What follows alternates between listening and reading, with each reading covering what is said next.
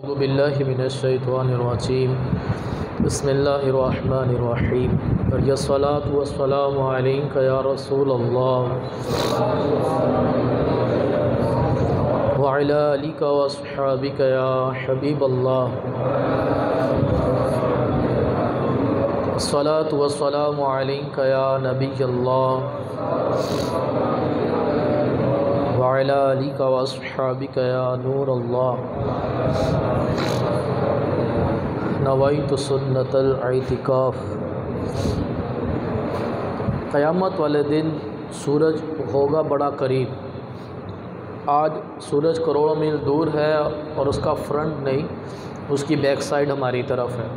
اس کے باوجود کس قدر شدید گرمی پڑتی ہے، اتنے کروڑوں میل دور ہونے کے باوجود، لیکن قیامت والے دن اس کا فرنٹ ہماری طرف ہوگا اور ہوگا بھی ساوا نیزے پر، لیکن سورج کی روشنی نہیں ہوگی، اس کی صرف تفش ہوگی۔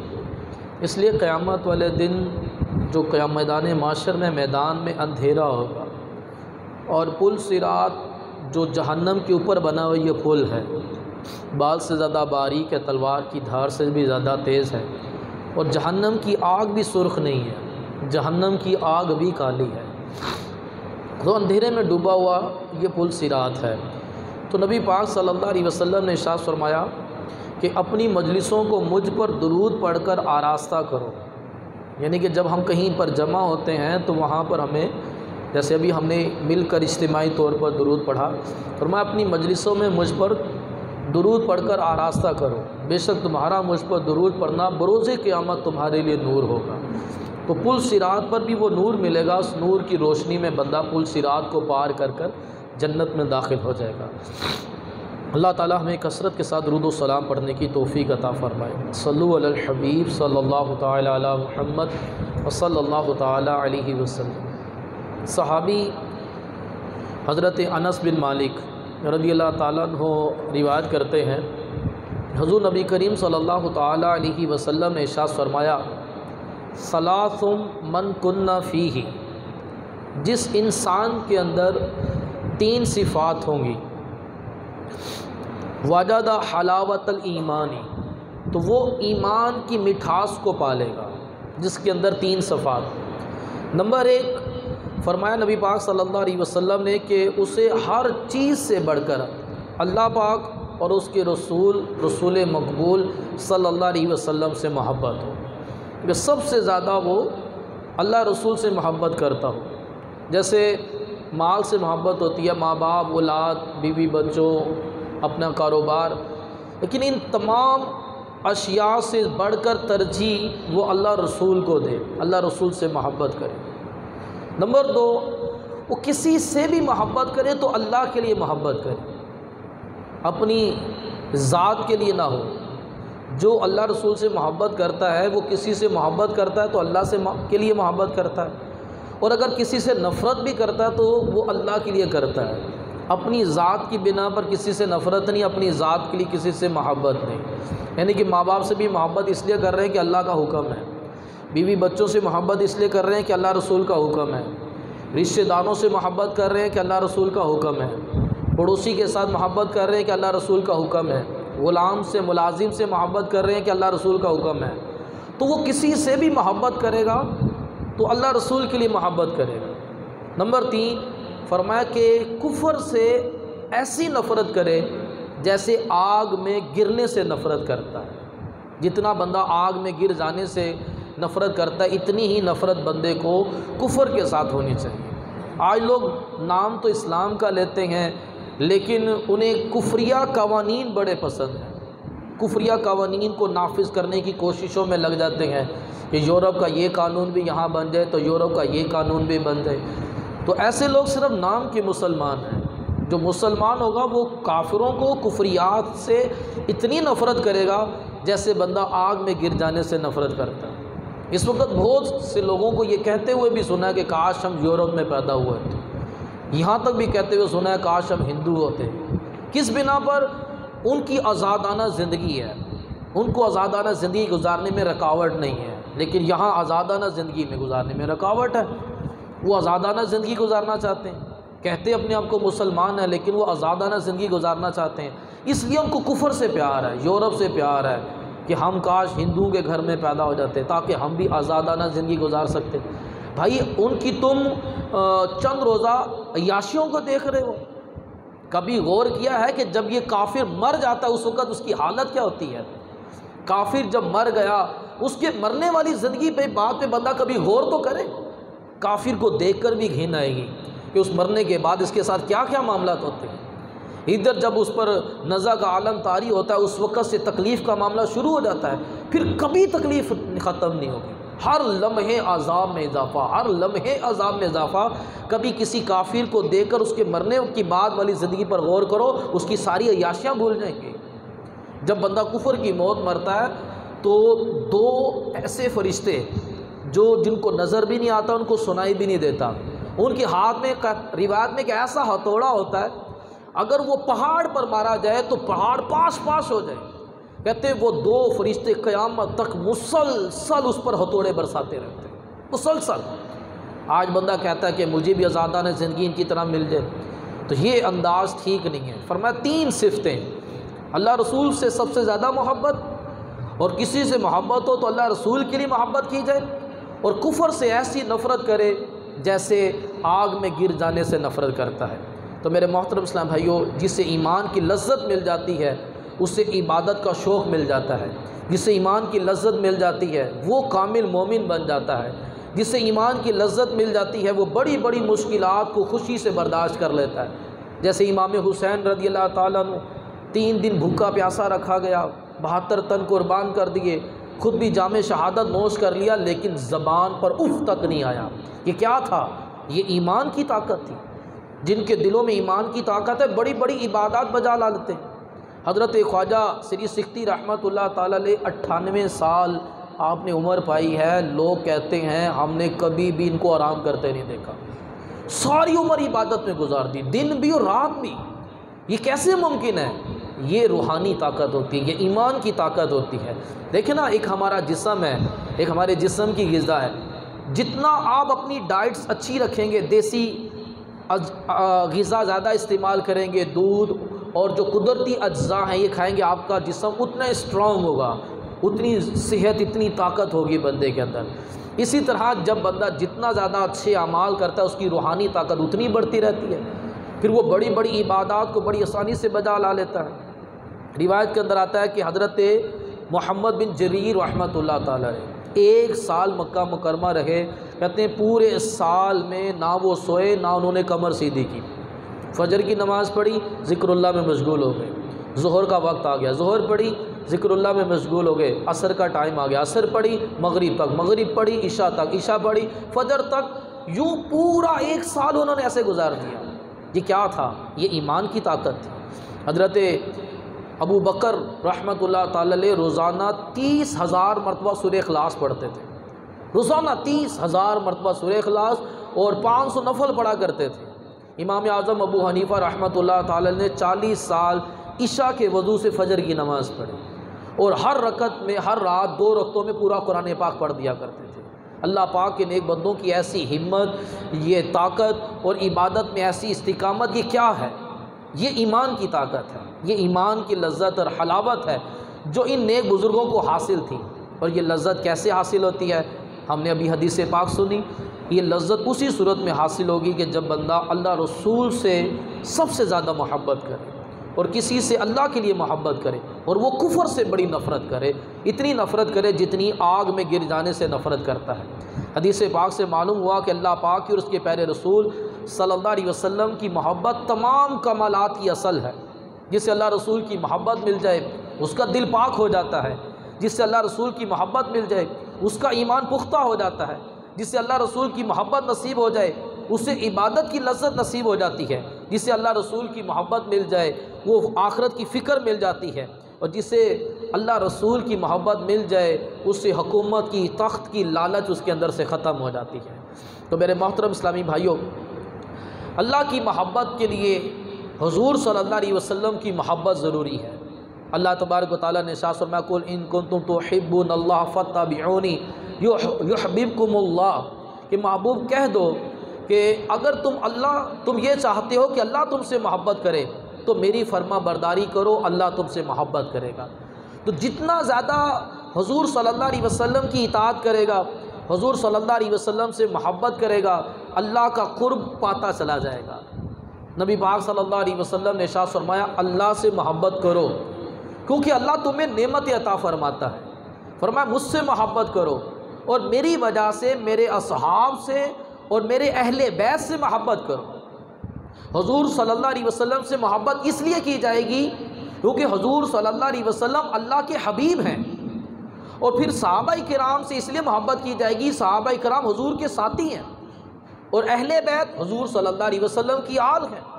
حضور صلی اللہ علیہ وسلم کی بنا پر صحابہ سے اور حضور کی آل سے محبت کرنی ہوگی۔ تو میرے محترم اسلام بھائیو، بزرگان دین کے ہم واقعات پڑھتے ہیں کہ ان کی زندگیاں کیسی تھیں، کیسی انہوں نے زندگیاں گزاریں، کہ ان کے دل میں اللہ کی محبت تھی تو کیسی کیسی عبادات کو بجا لایا کرتے تھے۔ عثمان غنی رضی اللہ تعالیٰ عنہ یہ چوتھے یا پانچویں شخص تھے جنہوں نے اسلام قبول کیا۔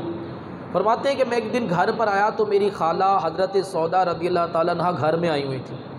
انہوں نے مجھے بتایا کہ عثمان محمد بن عبداللہ صلی اللہ علیہ وسلم یہ اللہ کے نبی ہیں جنہیں اللہ تبارک و تعالیٰ نے حق کے ساتھ مبعوث فرمایا ہے، تم ان کی پیروی کرو۔ کہتے ہیں میری خالہ نے مجھے اسلام کے بارے میں بتایا تو میرے دل میں اسلام کی محبت پیدا ہوگی، میں انہی باتوں میں غور و فکر کر رہا تھا۔ حضرت ابو بکر صدیق رضی اللہ تعالیٰ عنہ میرے دوست تھے تو میں ان سے ملاقات کے لیے چلا گیا، تو مجھے بڑا پریشان دے کر کہا ابو بکر صدیق نے کہ عثمان پریشان نظر آ رہے ہو۔ کہتے اتفاق سے وہ اس وقت تھے بھی اکیلے، تو میں نے اپنی خالہ کی باتیں ساری ان کو بتائیں۔ ابو بکر صدیق رضی اللہ تعالیٰ عنہ کہنے لگے عثمان تم تو سمجھدار ہو، حق بات تم سے کیسے پوشیدہ رہ سکتی ہے؟ تمہاری خالہ نے جو کہا ہے سچ کہا ہے، تم حضور صلی اللہ علیہ وسلم کی بارگاہ میں حاضر ہو کر حضور کا کلام خود کیوں نہیں سن لیتے؟ اب اتنی ہی باتیں کر رہے تھے کہ حضور کی بارگاہ میں حاضر ہوتے ہیں، کہتے ہیں حضور صلی اللہ علیہ وسلم تشریف لے آئے۔ عثمان غنی رضی اللہ تعالیٰ عنہ کو جب دیکھا تو حضور صلی اللہ علیہ وسلم نے ارشاد فرمایا یا عثمان عجیب اللہ جنت الا جنتی، عثمان اللہ تجھے جنت کی طرف دعوت دیتا ہے اور میں تیری طرف اور تمام مخلوق کی طرف رسول بنا کر بھیجا گیا ہوں۔ عثمان غنی رضی اللہ تعالیٰ عنہ کہتے ہیں کہ حضور صلی اللہ علیہ وسلم کے کلام کی ایسی تاثیر کہ میں بے قابو ہو گیا اور بے ساختہ میری زبان سے اشہد ان لا الہ الا اللہ وحدہ لا شریک لہ واشہد ان محمدًا عبدہ ورسولہ میری زبان پر جاری ہو گیا، سچے دل سے کلمہ پڑھ کر مسلمان ہو گیا۔ حضرت ابو ہریرہ رضی اللہ تعالیٰ عنہ کہتے ہیں کہ ایک مرتبہ عثمان غنی رضی اللہ تعالیٰ عنہ بیمار ہو گئے تو حضور صلی اللہ علیہ وسلم دیگر صحابہ کرام کے ساتھ ان کی عیادت کے لیے تشریف لائے۔ انہوں نے زمین کی طرف چہرہ کیا ہوا تھا۔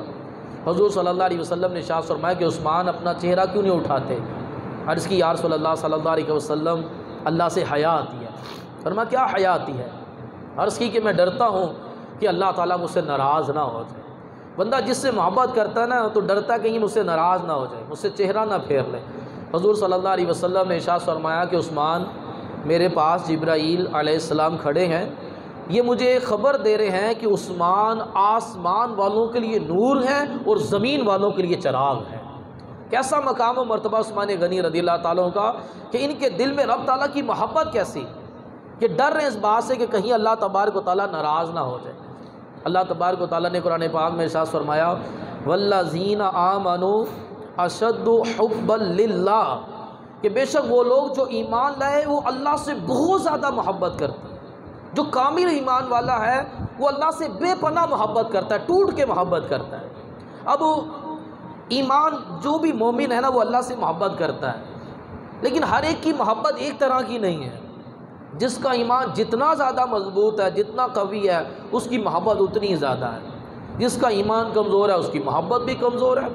جیسا ایمان ویسی محبت۔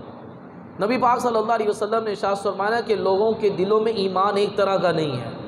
جس کے دل میں میری جتنی زیادہ محبت ہوگی اس کا ایمان اتنا ہی قوی ہوگا۔ فرمایا لوگوں کے دلوں میں کفر بھی ایک طرح کا نہیں ہے۔ جس کے دل میں میرا جتنا زیادہ بغض ہوگا اس کا کفر بھی اتنا ہی زیادہ ہوگا۔ پھر 3 مرتبہ ارشاد فرمایا کہ اعلیٰ لا ایمان لمن لا محبت علی، خبردار اس کا ایمان نہیں جس کے دل میں میری محبت نہیں۔ اب عثمان غنی رضی اللہ تعالیٰ عنہ نے کوئی اللہ کو ناراض کرنے والا کام نہیں کیا، پھر بھی کہہ رہے ہیں کہ میں ڈرتا ہوں کہ کہیں مجھ سے اللہ ناراض نہ ہو جائے۔ اور بہت سارے ایسے لوگ ہیں جو اللہ کو ناراض کرنے والا کام کرتے ہیں اور اللہ کی محبت کا دعویٰ بھی کرتے ہیں۔ اللہ کی محبت اور دور کی بات، وہ محبت کی میم تک نہیں پہنچے ہوتے۔ انہیں جب کہا جائے کہ نماز پڑھ لو تو کہتے ہیں کہ ہم تو ویسے ہی پہنچے ہوئے ہیں، نماز انہوں نے نہیں پڑھنی، وضو انہوں نے نہیں کرنا، عورتوں کی طرح لمبے لمبے بال رکھ لینا اور محبت الہی کا دعویٰ کرنا، یہ دعویٰ تو بالکل جھوٹا ہے۔ دیکھیں نا، جس سے بندہ محبت کرتا ہے اس سے ملاقات کا شوق ہوتا کہ نہیں ہوتا؟ کس سے ملاقات ہو؟ اب کہا گیا صلاۃ معراج المؤمنین، نماز مومن کی معراج ہے، یعنی کہ نماز ایسا ہی ہے جیسے بندہ اللہ سے ملاقات کر رہا ہے۔ اب اللہ سے محبت کا دعویٰ بھی کرے اور نمازوں کی پابندی نہ کرے، نماز نہ پڑھے، پھر بندہ جس سے محبت کرتا ہے نا اس کا کلام اس سننے کو اس کو بڑا مزہ آتا ہے۔ تو اگر اللہ سے محبت ہے تو پھر قرآن سنیں، اللہ سے محبت ہے تو قرآن کی زیادہ تلاوت کریں۔ ایک بزرگ رحمۃ اللہ تعالی علیہ فرماتے ہیں کہ جب میرا دل کرتا ہے کہ میں رب سے باتیں کروں، رب سے ملاقات کروں، تو میں نماز کے لیے کھڑا ہو جاتا ہوں۔ جب میرا دل کرتا ہے کہ اللہ مجھ سے باتیں کرے تو میں قرآن پڑھنا شروع کر دیتا ہوں۔ اب قرآن بھی نہ پڑھنا اور نماز بھی نہ پڑھنا اور یہ کہنا کہ جی ہم تو بڑے پہنچے ہوئے ہیں، ہم تو فنا فی اللہ کے مقام پر ہیں، تو یہ ایسا جھوٹ ہے جس کی کوئی دلیل نہیں ہے۔ اللہ سے محبت کرنے والا کثرت سے نمازیں پڑھتا ہے، کثرت سے روزے رکھتا ہے، کثرت سے قرآن پاک کی تلاوت کرتا ہے، کثرت سے اللہ کا ذکر کرتا ہے۔ ایمان والا تو کبھی بھی زندگی میں کبھی عبادت چھوڑنے کا سوچ بھی نہیں سکتا، کیونکہ اللہ تبارک و تعالیٰ نے ارشاد فرمایا کہ وَاعْبُدْ رَبَّكَ، اپنے رب کی عبادت کرو۔ کب تک؟ فرمایا حَتَّى يَأْتِيَكَ الْيَقِينُ، جب تک موت نہ آ جائے۔ تو مومن بندہ تو کبھی بھی نہیں چاہے گا کہ میں عبادت چھوڑوں جب تک اس کو موت نہ آ جائے، اور وہ موت سے پہلے جو ہے نا وہ رب تعالیٰ کی عبادت میں اپنے آپ کو مشغول رکھتا ہے۔